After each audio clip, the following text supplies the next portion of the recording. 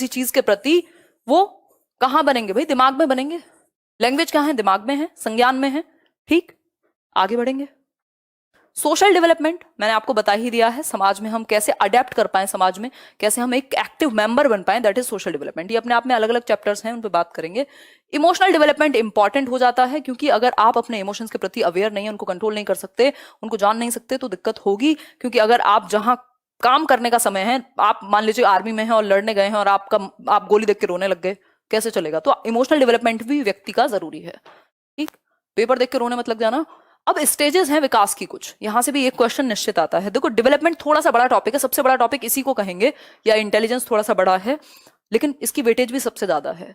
ये उन्होंने 3 भागों में बांटा हुआ है, यानी 5 नंबर का आसपास आपको 30 में से इसी चैप्टर से मिल जाएगा। ठीक है, स्टेजेस यानी विकास के चरण। ज्यादातर चीजें हिंदी में बाइलिंगुअल हैं। अगर मैं बात करूं विकास के चरणों की, तो कुछ 4 चरण आपके लिए महत्वपूर्ण है। 4 चरण आपके लिए महत्वपूर्ण है। अब वो 4 चरण कौन से हैं? इन्फेंसी यानी शैशवावस्था, जन्म से 2 वर्ष की अवस्था है शैशवावस्था।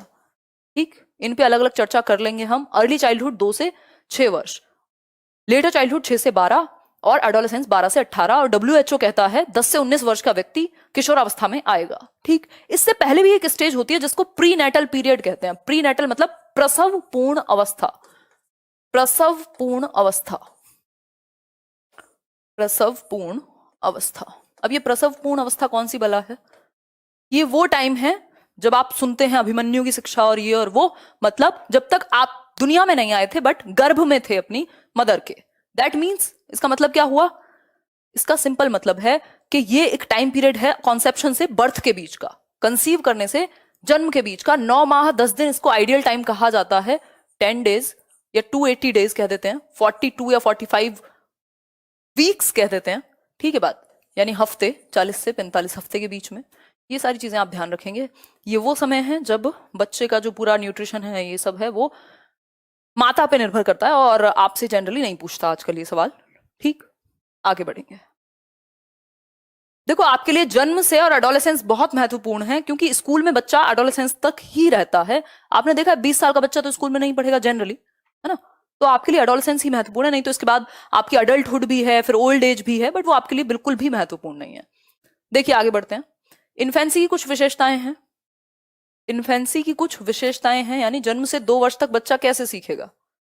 सिंपल है, अपने सेंसेस से सीखेगा, अपनी ज्ञानेंद्रियों से, और मोटर एक्शंस करके सीखेगा, जो कि प्याजे भी कहते हैं। इसमें कोई भी समस्या हमें नहीं होनी चाहिए। ये थोड़ा सेंसिटिव पीरियड भी है, क्योंकि बच्चे को खतरा भी है यहाँ पे, कभी बेड से गिर गया, कभी कुछ हो गया, तो आपको ध्यान भी रखना पड़ेगा। ठीक है बात। बहुत तेजी से शारीरिक वृद्धि होती है, फिजिकल ग्रोथ जो है, या फिजिकल डेवलपमेंट आप कह लीजिए, बहुत तेजी से होगा। भाई जरा सा पैदा होता है और 2 साल के अंदर अंदर आप देखते हैं वो खड़े भी होने लग गया, चलना भी धीरे धीरे उसने शुरू कर दिया। मतलब शारीरिक वृद्धि बहुत ही तेजी से होगी, फास्ट होगा शारीरिक विकास, मानसिक भी ऑब्वियसली, है ना? सारे ही विकास जो प्रक्रिया है बहुत तेजी से चलेगी, स्पेशली शारीरिक विकास की। ठीक है, कमेंट नहीं ले रही हूं मैं, ध्यान लगाओ यहाँ पे, और करना है कुछ तो लाइक शेयर करो, सिंपल। ठीक, तो फास्ट होगी यहाँ पे, और कोई नाम हम इसको नहीं देना चाहेंगे। अर्ली चाइल्डहुड की यदि हम बात करें तो ये 2 से 6 वर्ष का समय है, और जो मोस्ट क्या कहें डिस्प्यूटेड क्वेश्चन है आजकल, अलग अलग लोग अलग अलग बातें करते हैं इस पे। ठीक, तो हम कह सकते हैं कि टॉय एज भी यही है, क्योंकि बच्चे की जो समझ है वो 3 से 6 वर्ष के बीच में ही आती है खिलौनों से खेलने की। खिलौने उसके पास इन्फेंसी में भी है, बट जो प्रॉपर फंक्शनिंग है वो इसी एज में होगी। ये फाइनल चीज है। ठीक हो गई बात? कोई बफरिंग नहीं है, कोई भी बफरिंग नहीं है, बहाने मत दिया करो। खिलौना आयु कह सकते हो आप इसको, इमिटेटिव एज भी कह सकते हो, जब बच्चा नकल करके सीखता है, धीरे धीरे उसकी दोस्ती बननी शुरू होती है। भाषा के परिपेक्ष में बहुत तेजी से, सेंसिटिव पीरियड यानी संवेदनशील काल है भाषा विकास के लिए, क्रिटिकल काल यानी क्रिटिकल पीरियड है, या फिर फास्टेस्ट सबसे तेजी से भाषा का विकास यही होगा। किस चीज का? लैंग्वेज डेवलपमेंट के लिए, भाषा विकास के लिए। ठीक, सबसे तेजी से। सोशलाइजेशन भी बहुत तेजी से होता है इस स्टेज में, और फिजिकल डेवलपमेंट, फिजिकल ग्रोथ भी बहुत तेजी से होती है। तो सारी ही चीजें तेज हैं यहाँ पे। ठीक, फिजिकल डेवलपमेंट या ग्रोथ जो हाइट और वेट है उसकी, वो सबसे तेजी से, फिजिकल ग्रोथ एंड डेवलपमेंट भी फास्ट होगा। इन्फेंसी में भी फास्ट था, अर्ली चाइल्डहुड में भी फास्ट है, लेटर चाइल्डहुड में थोड़ा सा नीचे जाएगा और एडोलेसेंस में एकदम से स्पाइक करेगा। आप देखते हैं एक बच्चा जो 6-7 साल का है वो 10-11 साल तक बहुत ज्यादा हाइट वाइट उसकी दिखती नहीं है, क्योंकि उसके अंदर वजन बढ़ रहा है, उसकी मांसपेशियों में, उसकी हड्डियों में ताकत आ रही है। लेकिन जैसे ही वो 12 से 13 साल के बीच में आता है, आप देखते हैं 15 साल का लड़का जो छोटा सा था बच्चा, एकदम से उसकी हाइट बढ़ गई। कैसे? एडोलेसेंस में फिर से बढ़ती है। ठीक, ये एक बेसिक बात है, इतना आप याद रख पाएंगे या नहीं? इसको प्री यंग एज भी हम कह सकते हैं, कोई दिक्कत परेशानी इसमें नहीं होनी चाहिए। प्ले एज भी कह सकते हैं, एरिक एरिक्सन भी कहते हैं उसको प्ले एज। और यही वो काल है जहां ओडिपस एंड इलेक्ट्रा कॉम्प्लेक्स, जिसकी बात सिगमंड फ्रॉइड करते हैं, हालांकि फ्रॉइड के बारे में बहुत ज्यादा क्वेश्चन सीटेट नहीं पूछता, एक आध बार आया है, बट आप याद रखेंगे। ठीक, तो यही वो टाइम है और ये प्लेवे एज है, मतलब प्लेवे में प्री स्कूल एज है, जब वो प्रॉपर स्कूलिंग में नहीं है बट प्लेवे में वो चला जाता है, कोई दिक्कत वाली बात नहीं है। ठीक, आगे बढ़ेंगे। लेटर चाइल्डहुड की बात कर देते हैं, 6 से 12 वर्ष है ये। ठीक, इसको हम गैंग एज कह रहे हैं सबसे पहले तो, यानी समूह अवस्था, गेम स्टेज भी कह देते हैं कई लोग, मतलब बच्चा गेम खेलना शुरू करेगा, गैंग में बिल्कुल समूह बना करके स्कूल जाना शुरू कर देता है, कॉम्पिटेंस उसके अंदर आ जाता है, इंडस्ट्री वर्सेस इंफीरियोरिटी भी एरिक एरिक्सन इसको कहते हैं। ठीक है बात, और इसी पीरियड को लेटेंट पीरियड या लेटेंसी स्टेज कहा है सिगमंड फ्रॉइड ने। ठीक हो गई बात। स्कूल एज है ये, एलिमेंट्री स्कूल एज या स्कूल एज आप इसको कह सकते हो। बच्चा फॉर्मल स्कूलिंग जो है वो 5 से 6 वर्ष में ही शुरू करता है, उससे पहले तो वो पहली कक्षा में तो एडमिशन 5 से 6 वर्ष में ही होगा ना, तो स्कूल एज है, स्कूल एज है, गैंग एज तो है ही। और जो लॉन्ग टर्म फ्रेंडशिप्स हैं वो बननी शुरू होती हैं और बहुत सारी चीजें इस स्टेज में आती हैं। बफरिंग नहीं होनी चाहिए बिल्कुल, लाइक शेयर करना दबा के। देखो एक बार, गैंग एज, स्कूल एज, शारीरिक जो फिजिकल ग्रोथ एंड डेवलपमेंट है वो हल्का सा लो रहेगा कंपैरेटिवली, अगर मैं बात करूं अर्ली चाइल्डहुड के। इतनी बात हमें याद रहेगी। एक और बहुत इंपॉर्टेंट बात है इसके बारे में, ये सूडो मैच्योरिटी का मतलब क्या है? मिथ्या परिपक्वता। समझ लेना, हिंदी में जरूरी नहीं हर चीज हिंदी में ही लिखी जाए या दोनों ही भाषाओं में लिखी जाए। सूडो मैच्योरिटी का मतलब है मिथ्या परिपक्वता। उसको लगता है यार मैं तो बड़ा हो गया हूं, अब तो मुझे पता नहीं, मैं तो बहुत बड़ा हो गया हूं, मुझे तो ये भी करने दो, मैं तो ये भी कर सकता हूं, मैं तो वहां भी जा सकता हूं, मैं तो अकेले ही कर लूंगा सब कुछ। मतलब क्या हुआ? Pseudo maturity. सूडो का मतलब होता है मिथ्या। उसको लगता है कि वो मैच्योर हो चुका है बट हुआ नहीं है। ठीक हो गई बात, कोई दिक्कत परेशानी इस बात को समझने में नहीं हुई होगी। क्लियर हो गई बात, आगे बढ़ जाएं नेक्स्ट पॉइंट पे। आज स्पेशल अनाउंसमेंट भी है सेशन के लास्ट में, बिल्कुल चाहे 12 बज जाए बट प्रॉपर हम समझेंगे। टारगेट तो आप लोग रखते हो, टारगेट रख के थोड़ी, मैं तो मजे में रहती हूँ, मस्त डिस्कशन हो ये मेरा टारगेट रहता है। हम लोग 31,000 लोग जुड़ गए, क्या 50,000 पहुंच सकते हैं हम? देख के लालच आ रहा है, वैसे तो मैं बहुत ज्यादा ध्यान नहीं देती हूँ उस चीज पे, बट क्या करें, मजा आता है। ठीक, 6 से 12 की स्टेज हम कह सकते हैं। Gang age, school age, pseudo maturity, यही काल है। ठीक है भाई, सुपर चैट आज मत करो, मैं बिल्कुल नहीं पढ़ रही हूँ क्योंकि बहुत टाइम कम है और काम ज्यादा है आज। ठीक हो गई बात, 30 में से 30 नंबर यहीं दिलाने हैं। आगे बढ़ेंगे, इतना ही इंपॉर्टेंट है, इसके बारे में बहुत ज्यादा इंपॉर्टेंट नहीं है। एडोलेसेंस की बात कर देते हैं। अच्छा, इसमें ना मोटर डेवलपमेंट बहुत अच्छे से होता है बच्चे का। मोटर डेवलपमेंट का मतलब गति आ रही होती है उसकी, जो देखो आकार में परिवर्तन, बच्चे के साइज एंड शेप में परिवर्तन ग्रोथ है। लेकिन जब आपकी हड्डियों में मजबूती आ रही है, आपकी गति करने की क्षमता बढ़ रही है, दैट इज गतिक कौशल या मोटर डेवलपमेंट। वो इस स्टेज में जल्दी से होता है। बच्चे का वजन भी थोड़ा बढ़ जाता है लेकिन उसके अंदर मजबूती आ रही होती है, ये हम कह सकते हैं। ठीक, आगे बढ़ेंगे। एडोलेसेंस यानी किशोरावस्था। किशोरावस्था बहुत अमेजिंग काल, इसको लोग ट्रांजिशनल पीरियड, इस बार क्वेश्चन आया था, ट्रांजिशनल पीरियड यानी परिवर्तन का काल कह सकते हो। परिवर्तन का काल, गोल्डन पीरियड भी कहते हैं कई लोग इसको, गोल्डन पीरियड भी कह सकते हैं हम इसको, बिल्कुल स्वर्णिम काल है। ठीक, तनाव एवं तूफान की अवस्था भी हम इसको कह सकते हैं। Stage of stress and storm, किसने कहा है जरा बताना? स्ट्रेस एंड स्टॉर्म, तनाव एवं तूफान की अवस्था किसने कहा है? स्टैनली हॉल ने। स्टैनली हॉल एक व्यक्ति हैं जिन्होंने कहा, हॉल कह रहे हैं कि तूफान और तनाव की अवस्था है। इनकी एक बुक भी थी जिसका नाम किशोरावस्था था, यानी एडोलेसेंस नाम की पुस्तक इन्होंने लिखी थी। ठीक है, अब क्यों कहा गया है ऐसा? क्योंकि ये एक ऐसी स्टेज है जहां पे बच्चा क्या से क्या बन सकता है और क्या बिगड़ भी सकता है एक तरीके से, तो बहुत ही ज्यादा सेंसिटिव टाइम है ये। ठीक है, सेंसिटिव टाइम है और लीडरशिप स्किल्स उसके अंदर यही डेवलप हो रही हैं। यार सुपर चैट मत करो, ध्यान भटक रहा है, बता रही हूं मैं। देखो, लीडरशिप स्किल्स ठीक डेवलप होंगी। आप देखते हैं यूनिवर्सिटीज में जाते हैं लोग, या बच्चे जाते हैं, बेसिकली एडोलेसेंट्स जाते हैं, और बहुत ज्यादा उनको शौक है कि ये एनएसयूआई ज्वाइन कर लें, एबीवीपी ज्वाइन कर लें, फलाना कर लें, ये सारी चीजें उनके अंदर हैं। स्टेबिलिटी की कमी है, lakhs emotional stability, emotional stability की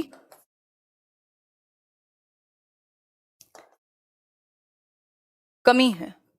ये बात हम मानेंगे या नहीं मानेंगे, बताओ एक बार, मान लेंगे? क्योंकि 1 मिनट में कुछ, किसी से लड़ाई हो गई, किसी से बहुत 70 तरह की चीजें होती ही हैं, तो इमोशनल स्टेबिलिटी की कमी है। पेरेंट्स से बड़ा झगड़ा और बड़ी तनाव वाली स्थिति रहती है, क्योंकि आइडेंटिटी क्राइसिस कहा है इसको एरिक एरिक्सन ने। आइडेंटिटी क्राइसिस कहा है कि वो अपनी आइडेंटिटी ढूंढ रहा है, क्राइसिस है आइडेंटिटी के, कि मैं हूं कौन, मैं बच्चा हूं, बड़ा हूं, अडल्ट हूं, कौन हूं आखिर। ठीक, तो वो ना तो बच्चा है ना तो बड़ा है, वो क्या है, एक एडोलेसेंट है, ब्रिज कह सकते हो आप इसको। किसके बीच में? ट्रांजिशन इसीलिए कहा गया है, किसके बीच में? चाइल्डहुड और अडल्टहुड के बीच में, यानी वयस्कता के बीच में चेंज वाला ट्रांजिशनल पीरियड क्या है? एडोलेसेंस, किशोरावस्था। ठीक हो गई बात? कोई दिक्कत परेशानी इस बात को समझने में? कोई समस्या? क्लियर है ना? बिल्कुल, बहुत बढ़िया, अमेजिंग, बहुत बहुत बढ़िया, आप लोगों ने आज अच्छी एनर्जी बनाई हुई है। ठीक है बात, रुक रहा है यार, पता नहीं आज ही इंटरनेट को भी समस्या क्रिएट करनी थी। इतनी बात क्लियर है, transitional period, golden age, golden period, stress and storm की एज, स्प्रिंग सीजन भी कहते हैं कई लोग इसको, कि बिल्कुल मजेदार काल है। लीडरशिप स्किल्स भी इसी स्टेज में ज्यादा डेवलप होंगी। इमोशनल स्टेबिलिटी की कमी है, अपनी आइडेंटिटी के लिए वो क्राइसिस में है कि मैं हूं कौन। और अगर मैं बात करूं तो ब्रिज का काम भी करेगा, ये ट्रांजिशनल पीरियड है अपने आप में। ठीक है, इतना काफी है, बहुत ज्यादा समय नहीं लगाएंगे किसी भी एक चीज पे। अगर मैं बात करूं तो एक नेक्स्ट टॉपिक है, अपने आप में एक टॉपिक है जिससे 1 से 2 नंबर, 1 नंबर तो मिनिमम आता है, फिक्स्ड है बिल्कुल। Nature and nurture. नेचर का मतलब है हेरिडिटी, अभी अमेजिंग टॉपिक शुरू होंगे। हेरिडिटी एंड नर्चर का मतलब है एनवायरमेंट। मैं और आप या कोई भी व्यक्ति अपनी हेरिडिटी एंड एनवायरमेंट के सिवा कुछ और है? हेरिडिटी इनटू एनवायरमेंट, यानी हम प्रोडक्ट हैं, गुणनफल हैं आनुवांशिकता और वातावरण के, और कुछ भी नहीं है इसके सिवा। या जो भी हमने एक्वायर किया है, जो भी हमने समझ बनाई है, वो या तो हेरिडिटी और एनवायरमेंट के इंटरेक्शन से ही आई है। देखो, ये एडिटिव नहीं होते। एक क्वेश्चन आता है, पूछ लेता है, एडिटिव नहीं होते। हेरिडिटी प्लस एनवायरमेंट जैसा कोई कॉन्सेप्ट नहीं है, ये हेरिडिटी इनटू एनवायरमेंट है, यानी प्रोडक्ट हैं, वुडवर्थ कहते हैं, आनुवांशिकता और वातावरण दोनों बराबर का योगदान रखते हैं विकास में। ये बात तो सही है, बिल्कुल कोई दिक्कत नहीं है। तो कॉम्प्लेक्स इंटरप्ले है, जटिल। ये नहीं कह सकते सिर्फ हेरिडिटी इंपॉर्टेंट है, ये नहीं कह सकते सिर्फ एनवायरमेंट इंपॉर्टेंट है, दोनों इंपॉर्टेंट है। किसी क्षेत्र में एनवायरमेंट इंपॉर्टेंट है, किसी क्षेत्र में हेरिडिटी इंपॉर्टेंट है। ठीक है बात। अगर बात हेरिडिटी की जाए तो हेरिडिटी का मतलब क्या हुआ? फिक्स्ड है। ये हेरिडिटी क्या है? फिक्स्ड है या स्टैटिक है, इसमें परिवर्तन संभव नहीं है। आप अपने बालों के रंग में परिवर्तन नेचुरली नहीं करा सकते जब तक आप बाहर से कलर ना लगा लें, है ना? या फिर अपनी आंखों का रंग नहीं बदल सकते बिना लेंस लगाए। ठीक, तो हेरिडिटी से जो आपको जेनेटिकली मिल गया अपने पेरेंट्स से, अपने पूर्वजों से, उसको बदला नहीं जा सकता। ठीक है बात। लेकिन एनवायरमेंट आप कभी भी बदल सकते हो। एनवायरमेंट कैसे बदला जा सकता है? एनवायरमेंट क्या है? डायनामिक है, परिवर्तनशील है, डायनामिक है।